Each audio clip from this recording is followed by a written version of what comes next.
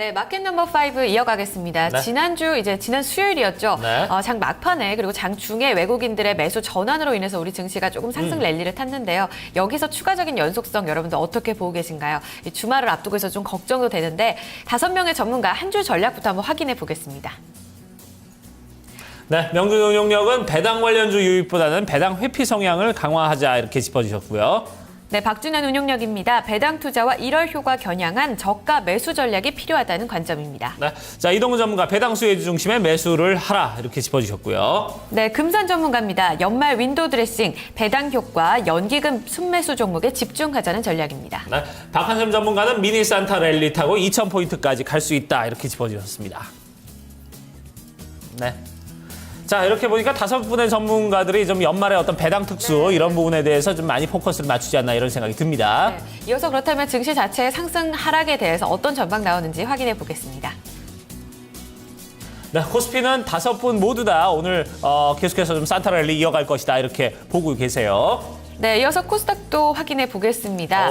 역시 5명의 전문가 모두 추가적인 상승에 대해서 긍정적 전망 제시되고 있습니다. 네, 자 이렇게 좀 11일 거래일 만에 외국인들의 매수세들이 좀 많이 들어왔고 좀 이런 부분에 대해서 좀 긍정적인 기대감을 갖고 있는 것 같습니다. 오늘은 또 어떤 분과 얘기를 들어볼까요? 네, 금요일입니다. 이 꿈이 있는 거북이로 좀 준비를 하고 계시는 박한샘 전문가인데요. 미니 산타 랠리를 타고 좀 더 기대보자는 전략입니다. 어떤 전략으로 오늘 장 준비해 볼지 함께 해보시죠.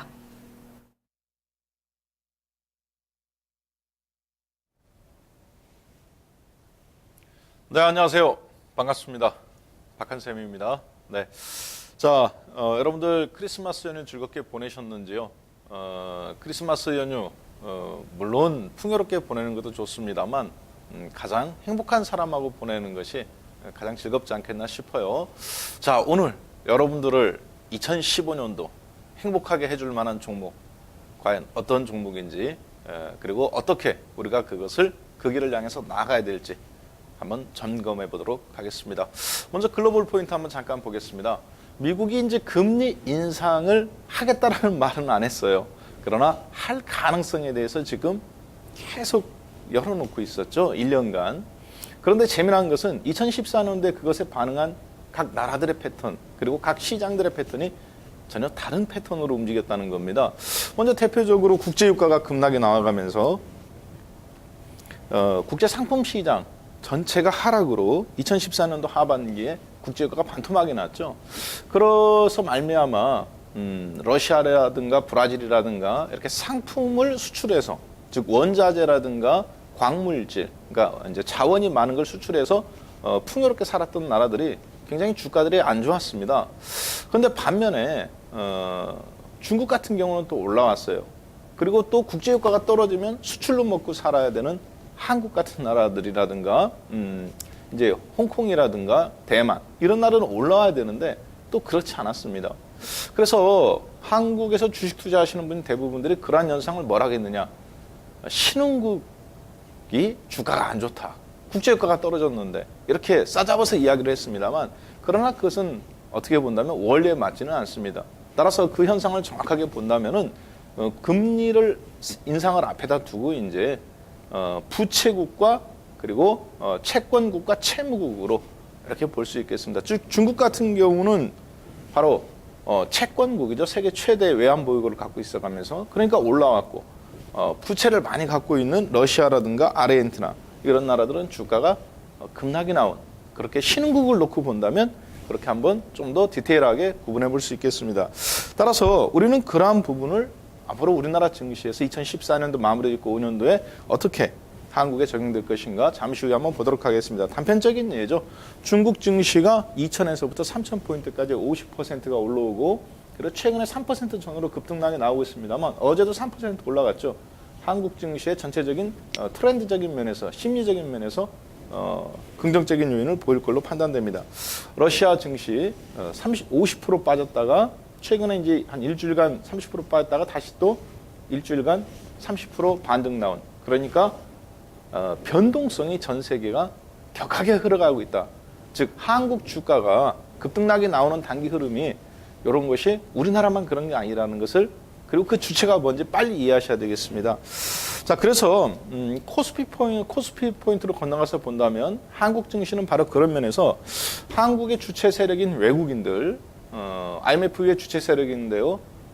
우리나라 증시에 단기적으로 좀 병 주고 약 주고 그래가면서 자신들이 무슨 이렇게 산타처럼 한국 증시에 지금 살짝 끌어올려가면서 산타랠리 이렇게 주는 것처럼 그렇게 행위를 하고 있는데 엄밀히 본다면 2000에서 1900으로 1900 살짝 깼었죠. 1880까지. 그리고 다시 또 V자형 급반등으로 지금 1950까지 70포인트 반등 나왔습니다. 단기 급락이냐 급등이냐. 이걸 갖고 사람들이 많이 논하고 있는데요. 저는 이거는 의미 없는 행위라고 봅니다.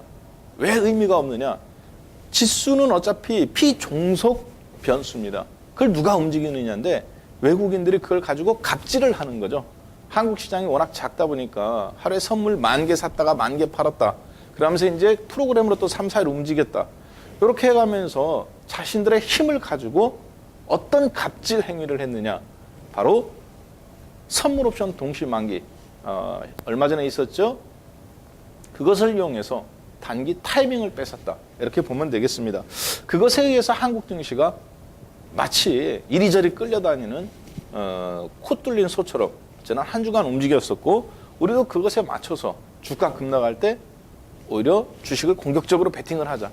1900 이하 전후로 해서 그렇게 말씀을 드렸습니다.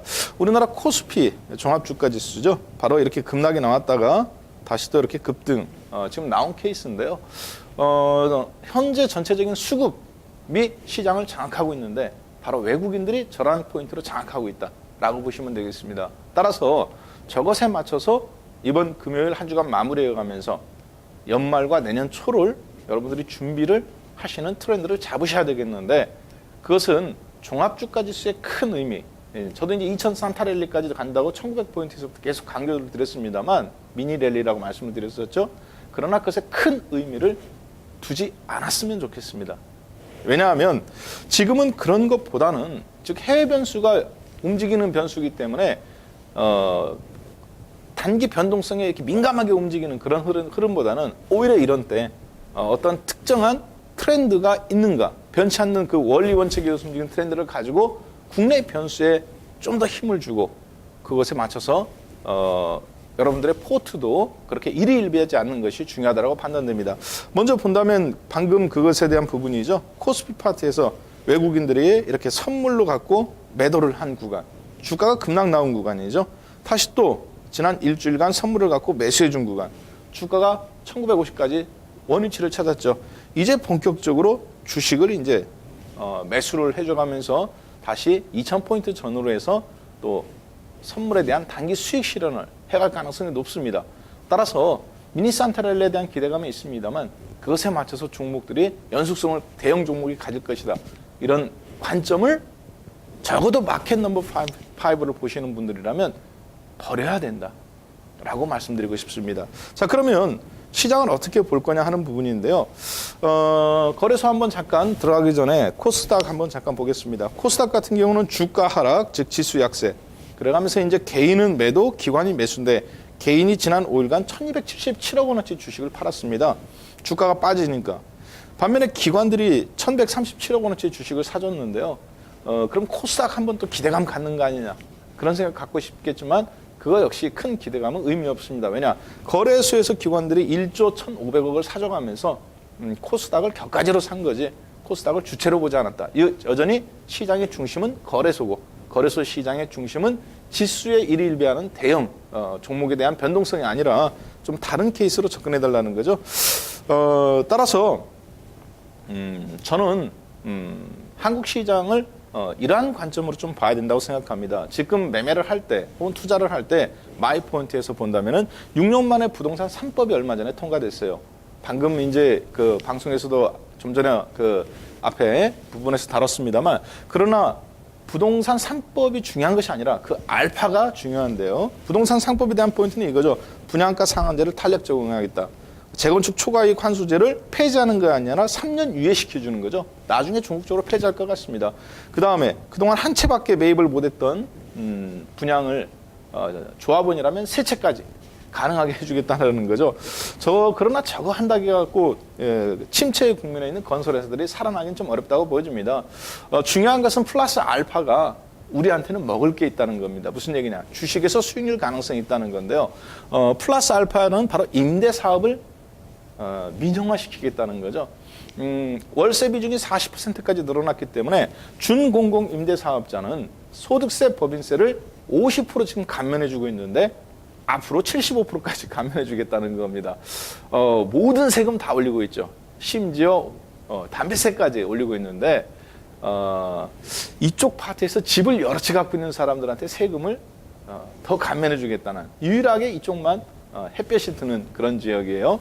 그 다음에 택지 우선을 공급해주고 장기 임대 용적률을 상향시켜주겠다. 상당히 구미가 당기죠. 그 다음에 미국과 일본의 그런 사례를 연구해서 우리나라가 이제 10년, 20년 걸릴 거를 특별법으로 제정해가지고 규제를 풀어주겠다는 얘기죠. 부동산에 대해서 굉장히 우호적으로 그렇게 지금 시장에 반응을 하고 있습니다.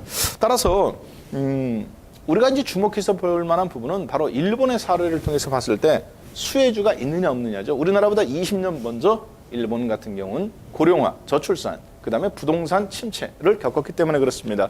중요한 것은 1977년도를 기준으로 일본의 인구가 1% 미만으로 급락이 나오기 시작했다는 지점입니다. 한국은 1996년도를 기준으로 바로 1% 미만으로 인구 증가율이 떨어지기 시작했었죠. 그러니까 일본과 한국을 비교했을 때 20년 차이가 나는데 인구 경제학적으로 그것이 주택과도 연관이 있었다는 겁니다. 즉 무슨 얘기냐면 일본 같은 경우 1977년도에 가장 많은 아파트를 지었어요.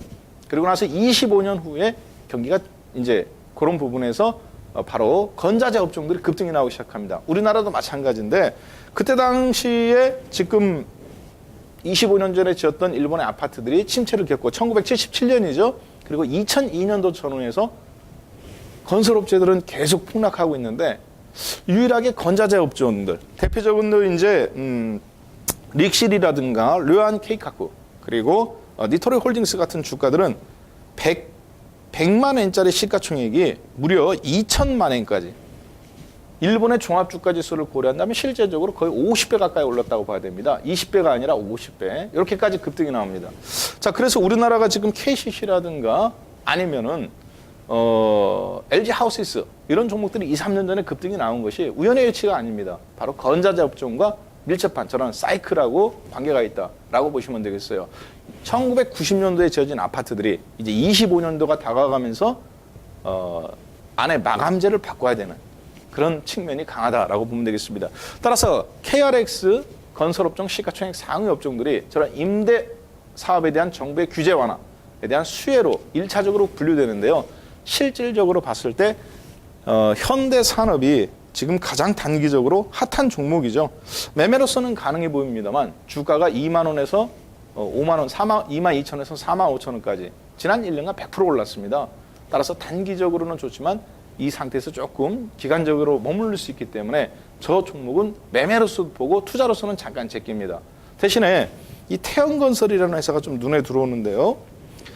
태영건설 같은 경우는 당연히 임대사업이니까 해외에 투자한 건설사가 아닌 즉 국제유가 급락에 대한 피해가 없는 해외 건설업종이 아닌 순수하게 국내로 봤을 때 계룡건설, 현대산업, 태영건설 이 세 개 종목이 주목해 볼 만한 지점인데 태영건설 같은 경우는 건설업종뿐만 아니라 지배구조, 즉 태영건설 자체가 최상위에 있죠. 제일모직과 같이 최상위에서 SBS 홀딩스 전체 그리고 태영 미디어 뿐만 아니라 레저 파트를 전체를 장악하고 있습니다.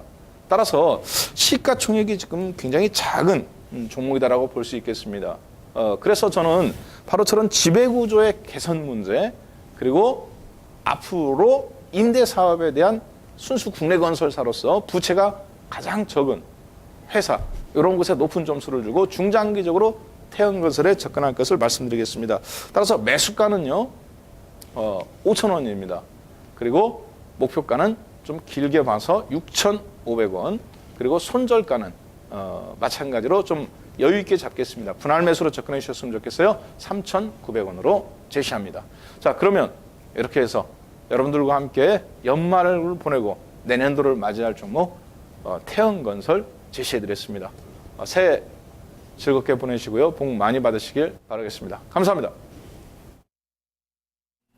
네, 박한샘 전문가와 함께 2015년 전략 함께 세워드렸습니다. 네. 태형건설. 이번 주에도 이번 3부에는 건설주가 계속해서 좀 언급이 되는데요. 오늘 네. 장 전략에도 참고되시길 바랍니다. 네, 토마토 모닝쇼 이렇게 해서 1, 2, 3부 모두 여기서 이제 마무리를 짓도록 하고요. 저희 잠시 후에는 토마토의 수익률 대 데스매치 함께 하도록 하겠습니다. 고맙습니다.